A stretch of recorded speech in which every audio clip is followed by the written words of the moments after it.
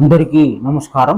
విద్య నేర్పిన గురుదేవుల పాదపద్మములకు శిరస్సు వంచి నమస్కరిస్తూ,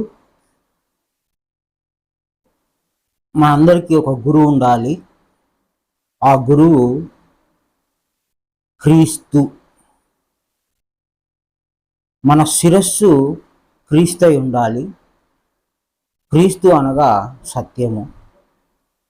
మన శిరస్సు సత్యమైనప్పుడు మన జీవన విధానము క్రీస్తు దారిలో నడుస్తున్నట్లు, గురుదారిలో నడుస్తున్నట్లు, సత్య దారిలో నడుస్తున్నట్లు మనకి అర్థమవుతుంది. సత్యమైన దారిలో నడిస్తే పాపక్షమాపణ జరిగి మోక్ష ప్రాప్తి లభిస్తుంది. బోధకులను అనుసరించవచ్చా అంటే బోధకులను అనుసరించకూడదు అని స్వయంగా క్రీస్తే చెప్పాడు. పరిశుద్ధాత్మ యొక్కయు, తండ్రి యొక్కయు, కుమారుని యొక్కయు నామములలోనికి బాప్తిస్తం ఇచ్చుచు నాకు శిష్యులుగా చేయండి అన్నాడు. నాకు అంటే క్రీస్తుకి. క్రీస్తు ఏమై ఉన్నాడు? వాక్యమై ఉన్నాడు. ఆ వాక్యం వాళ్ళకి అర్థమయ్యేలా చెయ్యి అని బోధకుడికి ఒక పని చెప్పాడు. కానీ ఈరోజు బోధనా విధానాల్లో చాలా మార్పులు వచ్చాయి. చాలా రకరకాల వింత చేష్టలు వచ్చాయి, వింతైన మాటలు వచ్చాయి, రకరకాలుగా ఉన్నది. ఇదంతా అబద్ధ బోధకుల మాయాజాలం. కొంతమంది ఉండవచ్చు, కొంతమంది అర్థమైనంత వరకు మాత్రం పాటించి అర్థం కాని వదిలేయవచ్చు. కానీ ఎన్నో మర్మాలు, క్రీస్తు చెప్పిన సువార్తలలో ఎన్నో మర్మాలు, ఎన్నో రహస్యాలు అలాగే ఉన్నాయి. అది ఎవరు విప్పి చెప్పటం కానీ, వాటి అర్థం తెలియజేయటం కానీ ఎవరు ప్రయత్నం చేయట్లేదు. అందరికీ పై పై చూపులు, అందరికీ పై పైన మాకేదో మేలు జరగాలి, మాకేదో ఇందులో ఉంటే మాకు బాగా జరిగింది అని ఈ విధానంలోనే ఉన్నారు. కానీ మాకు పూర్తిగా పరలోక రాజ్యం మర్మం, దారి దొరికింది, కనుగొన్నాము అని ఏ ఒక్కరి సాక్ష్యము ఉండదు. నేను ఆ చర్చికి వెళ్తే నాకు పిల్లలు పుట్టారు, ఈ చర్చికి వెళ్తే నాకు కారు దొరికింది, ఆ చర్చికి వెళ్తే నాకు ఉద్యోగం దొరికింది అని ఎంతసేపు ఇక్కడ బతికే బతుకు కొరకే, ఆ పొట్ట తిప్పల కొరకే సాక్ష్యాలు ఉంటున్నాయి. కానీ ఇంకా చండాలంగా కూడా సాక్ష్యాలు ఉన్నాయి. ఇల్లు ఉడుస్తుంటే చీపురు కట్ట పట్టుకోవడం రాదు, దేవుడు నాతో పలికాడు అని, ఇంకా ఇంకా ఎంట్రుకలు పొడుగు కావాలని, ఇంట్లో ఎలకలు తిరుగుతాయని, యేసుక్రీస్తుని చిత్ర విచిత్రమైనగా ఆయన బోధల్ని చాలా అధ్వానంగా, చాలా భయంకరంగా బోధిస్తూ ఇహలోకంలో ఉండటానికి ఆయన జ్ఞానము పరలోక రాజ్యం సంబంధం అయితే ఇహలోకంలోనే ఉండే విధంగా బోధకులు తీర్చిదిద్దుతున్నారు. కొందరు బోధనల ద్వారా అర్థమవుతుంది. ఒకే బైబిల్ ఎవరైనా చదువుకోవచ్చు, ఎవరైనా దాన్ని అనుసరించవచ్చు, ఎవరి శ్రద్ధను బట్టి అది వాళ్ళకి అర్థమవుతుంది. కానీ సంవత్సరాలు చర్చిలో పోయినా ఏ ఒక్కరి దగ్గర జ్ఞానం ఉండదు, మర్మం రహస్యాల యొక్క విధానం ప్రకారం నడుచుకోరు. ఏదో అందరితో పాటు సంతోషంగా పిక్నిక్ పోయినట్టు పోతారో మరి లేకపోతే ఏమో తెలియదు. కానీ సంవత్సరాలు వెళ్తుంటారు. అది ఒక ఫ్లో లాగా వస్తుంటాయి కొన్ని మాటలు. జనగణమన అని మన ఏదో జాతీయ గీతం అందరితో పాటు పాడినట్టుగానే యేసు రక్తంలో కడగబడితేనే పాపక్షమాపణలు పోతాయి, నమ్మి బాప్తిస్తం పొందాలి, ఇట్లాంటి కొన్ని మాటలు నోట్లో నుంచి ఆటోమేటిక్గా వచ్చేస్తుంటాయి. కానీ అసలు బాప్తిస్తం అంటే ఏంటిది, అగ్ని బాప్తిస్తం అంటే ఏంది, పరిశుద్ధాత్మ, ఆత్మ, కుమారుడు అంటే ఏంది, ఆ బాప్తిస్తానికి ఈ బాప్తిస్తానికి వ్యత్యాసం ఏంటిది, ఇలా కూర్చొని నిర్భయంగా బుద్ధిని ఉపయోగించి మాట్లాడే వాళ్ళ సంఖ్య చాలా తక్కువగా ఉంది. అలాంటి వాళ్ళు మాకు తారసపడలేదు. ఈ మనసుని కంట్రోల్ చేసుకోలేక ఎవరికి నచ్చిన మనోభావాలకు తగినట్లుగా వాళ్ళు బైబిల్లో అనేక తెగలుగా మారిపోయారు. బైబిల్ ఒకటే కానీ అనేక తెగలుగా మారిపోయారు. ఆర్సీఎం అని, సిఎస్ఐ అని, పెంతికొస్తు అని, లూథరన్ అని, ఎవరి వ్యాపారాలు వాళ్ళకు ఉన్నాయి, ఎవరి విధానం వాళ్ళకు ఉంది. మత్తయి సువార్త 7వ అధ్యాయం 14వ వచనంలో మోక్షమునకు పోవు దారి కనుగొని వారు కొందరే అంటే, ఆ కనుగొనే విధానంలో మనం ఉన్నామా? ఓ చర్చి కట్టుకొని పాటలు పాడుకుంటున్నామా? మోక్ష మార్గాన్ని కనుగొనటంలో చర్చి కట్టుకోవటం అనేది ఉందా? ఉండదు. మొదటి ఆజ్ఞలో చర్చి కట్టుకోమని ఉందా? నీ పూర్ణ మనస్సుతో, పూర్ణ హృదయంతో, పూర్ణాత్మతో నీ దేవుణ్ణి ఆరాధించాలని ఉంది. అందులో చర్చీలు కట్టుకోమని ఉందా? లేదు. ఇవన్నీ మాట్లాడితే కోపాలు వస్తాయి. ఎందుకు? సత్యం చేదుగా ఉంటుంది. మళ్ళీ మేము అందరం సత్యవంతులం, మేము సరైన దారిలో ఉన్నాము అని చెప్తుంటారు. సంవత్సరాలు చర్చికి పోయినా మోక్ష మార్గం కనుగొనటం కానీ, మొదటి ఆజ్ఞ సంపూర్ణ వివరం తెలుసుకోవటం కానీ ఎవరు చేయట్లేదు. దేవుడి ఉద్దేశాన్ని నాశనం చేసేది ఎవరు? ముస్లింలు చేస్తున్నారా? హిందువులు చేస్తున్నారా? క్రైస్తవులు చేస్తున్నారా? క్రైస్తవుల దగ్గర బైబిల్ ఉంది. బైబిల్లో విషయము ఎవరు తెలియజేయాలి? ఎవరికి వాళ్ళు తెలుసుకోవాలి వాస్తవంగా. ఎందుకంటే బోధకుడు ఒక్కడే, క్రీస్తు. అది కూడా రాశాడు, గురువు ఒక్కడే, క్రీస్తు.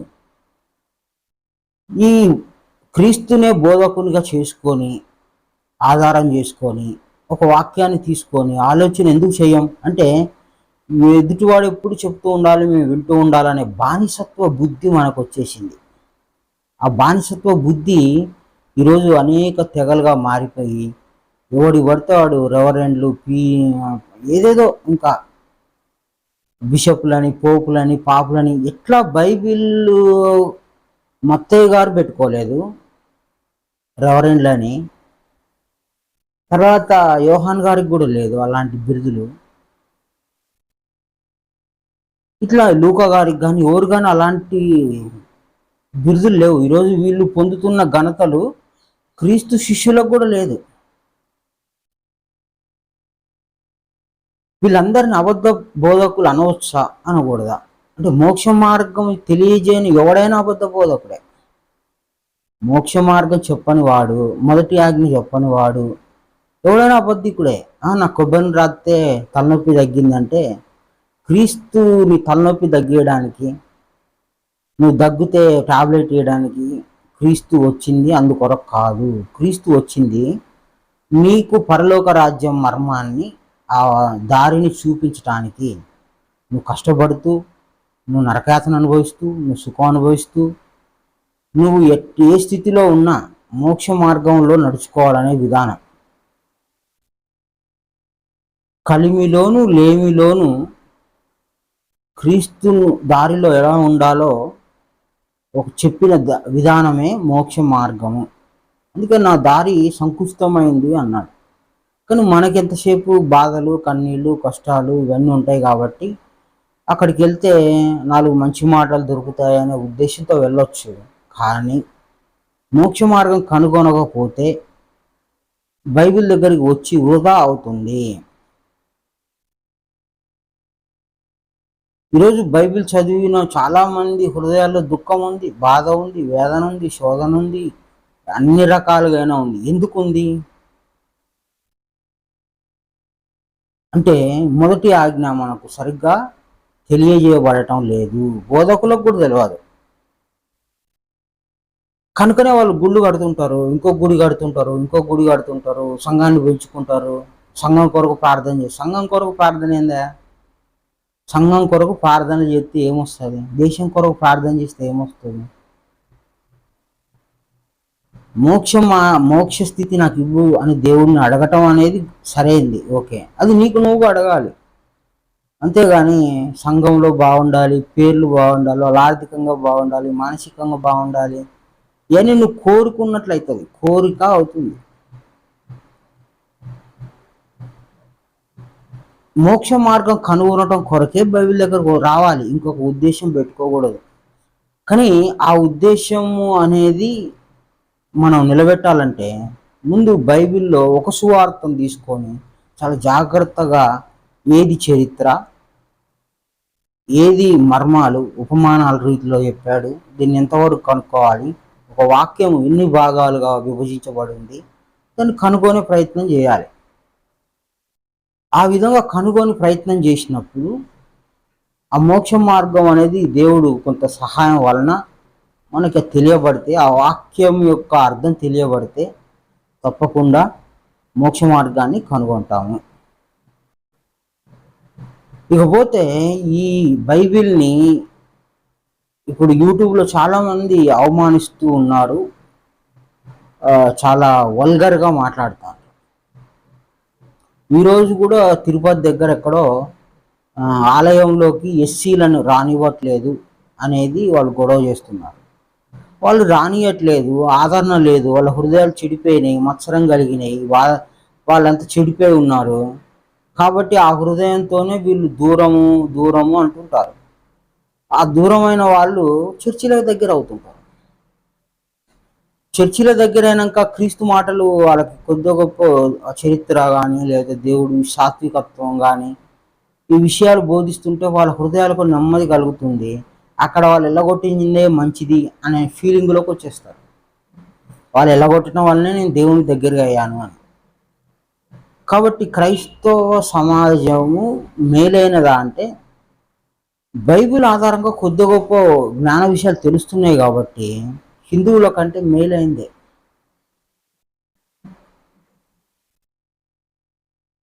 నువ్వు దేవాలయాలకు వెళ్ళే వాళ్ళకి యాక్సిడెంట్లు అవుతాయి కానీ చర్చిలకు వెళ్ళే వాళ్ళకి యాక్సిడెంట్లు కావు అని గురుమాట ఉంది.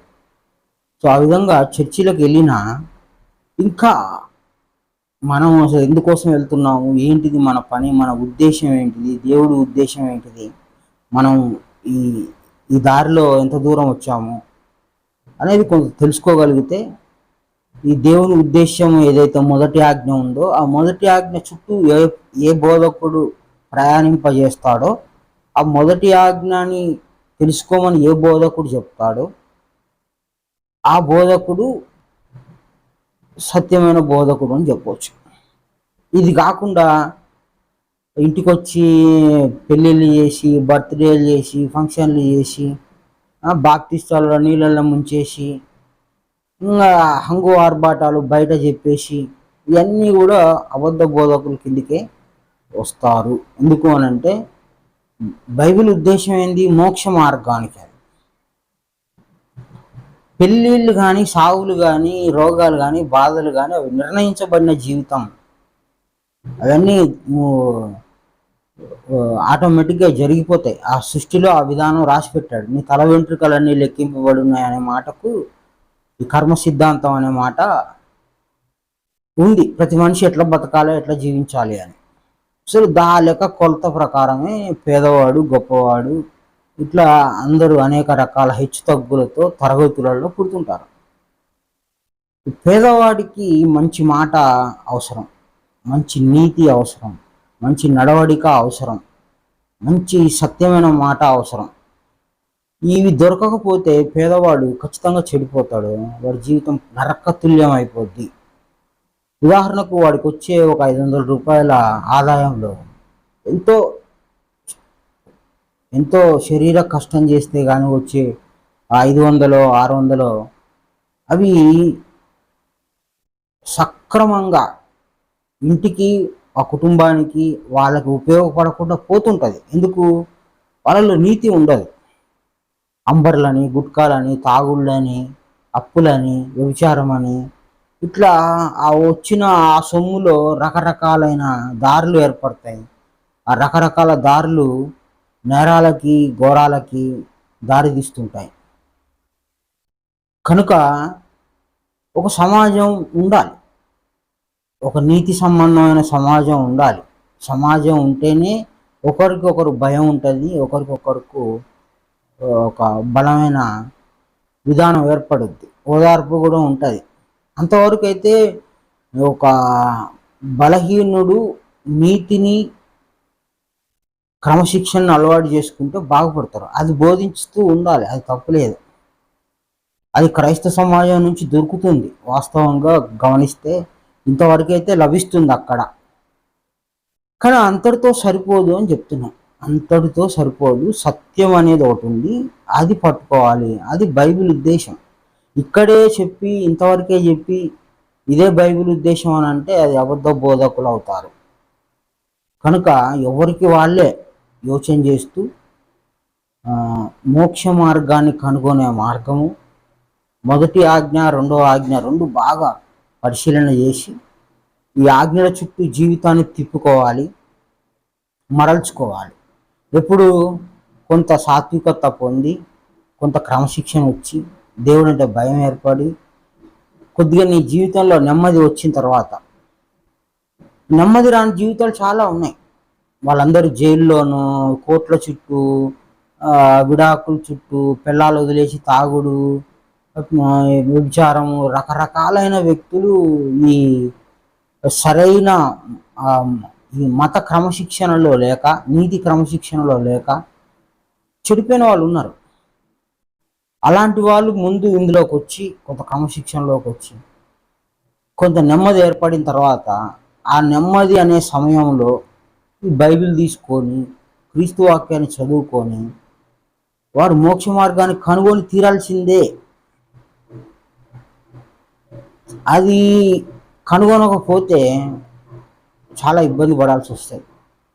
దీంతో ఈ బలమే సరిపోదు. ఈ నీతి బలము, ఈ క్రమశిక్షణ బలము ఇది ఒక్కటే సరిపోదు. దేవుని బలం కావాలంటే, ఆ సత్య బలం రావాలి అంటే బైబిల్లో మర్మాలు ఎరుగాలి, తెలుసుకోవాలి. అది మొదటి ఆజ్ఞ రెండో ఆజ్ఞ చుట్టే మొత్తం ధర్మశాస్త్రం అంతా తిరుగుతుంటుంది. ధర్మశాస్త్రం, మోక్ష మార్గం అన్ని రహస్యాలు మొదటి ఆజ్ఞని ముడిపట్టి ఉంటాయి. ఆ విధంగా మొదటి ఆజ్ఞ ముఖ్యమైనదని క్రీస్తు చెప్పిన ప్రకారం దాన్ని కొంచెం గట్టిగా పట్టుకోవాలి. ఈరోజు మనం మొదటి ఆజ్ఞను మళ్ళొకసారి జ్ఞాపకం చేయాలని అనుకొని మళ్ళీ చేస్తున్నాము. అందరూ మొదటి ఆజ్ఞని ప్రామాణికంగా ముఖ్యంగా తీసుకోవాలి. మొదటి ఆజ్ఞ చెప్పని బోధకుడు అబద్ధ బోధకుడు, ఇది సత్యమే. మిగతా ఈ లోక సంబంధంగా ఇట్లుండాలి అట్లుండాలి నీతి సంబంధం అని చెప్పేవాడు పెద్ద మనిషి. లోకంలో నీతివంతుడి కింద తీసుకుంటాం, వాడికి దేవుడికి సంబంధం లేదు. కాబట్టి నీతి, నిజాయితీ, క్రమశిక్షణ నువ్వు ఈ లోకంలో నెమ్మదిగా బతకడానికి, అంటే ఏ ప్రమాదాలకు గురి అవ్వకుండా నేను కాపాడుతుంది. అది అంతవరకే సరిపోదు, సత్యంలోకి కూడా మనం వెళ్ళాలి. కాబట్టి నీతి న్యాయం చెప్పే వాళ్ళ మాట వినండి. అది ఎంతసేపు చెప్తారు? సంఘాన్ని చూసో, సినిమాలు చూసో, ఏదో ఒకటి చూసి నేర్చుకోవచ్చు. నీతి మాటలు, అవి మంచి మాటలు, వాళ్ళు ఎట్లా నడుచుకుంటారో కాపీ కొట్టవచ్చు. అంత పెద్ద విషయం కాదు. మనం ఈ నీతి అనేది లోకంలో లభించే జ్ఞానమే, కానీ సత్యం అనేది బైబిల్ ద్వారా లభించే జ్ఞానం. సత్యం అనేది మోక్ష మార్గం అనేది. కాబట్టి బైబిల్ ద్వారా మోక్ష మార్గాన్ని కనుగోవాలని కోరుకుంటూ అందరికీ నమస్కారం. గురు సమర్పణం.